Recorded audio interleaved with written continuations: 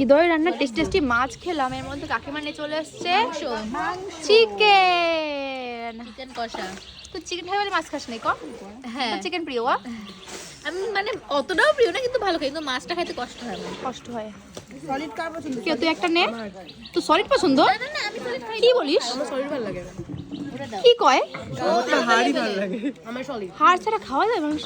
এই আলাদা লেভেলের মানুষ, তাই ওর সলিড পছন্দ। আরে সব সলিড দাও রে। একটা না সব সলিড খায় না ভাই।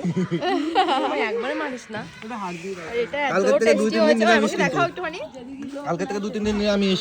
কোনো চাপ নেই। হ্যাঁ ওখানে গিয়ে নিরামিষ হ্যাঁ সে তো ওখানে নিরামিষটাও টেস্টি, কোনো চাপ নেই। টেস্টি হচ্ছে, আমি জীবনে মাছ টেস্টি না হলেও খেয়ে নেবো।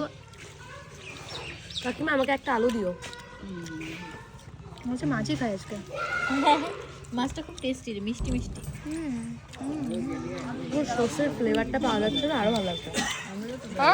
সব করা সলিড তো সলিড। চিকেন ভালো হয় না?